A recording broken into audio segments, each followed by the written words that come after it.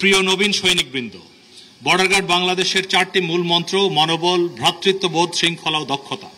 এই মূল মন্ত্রে উদ্বুদ্ধ অনুপ্রাণিত হয়ে আপনাদের উপর অর্পিত যে কোনো দায়িত্ব সুশৃঙ্খল ও সুচারুভাবে পালন করতে হবে। মনে রাখতে হবে, শৃঙ্খলা হচ্ছে সৈনিক জীবনের অলংকার।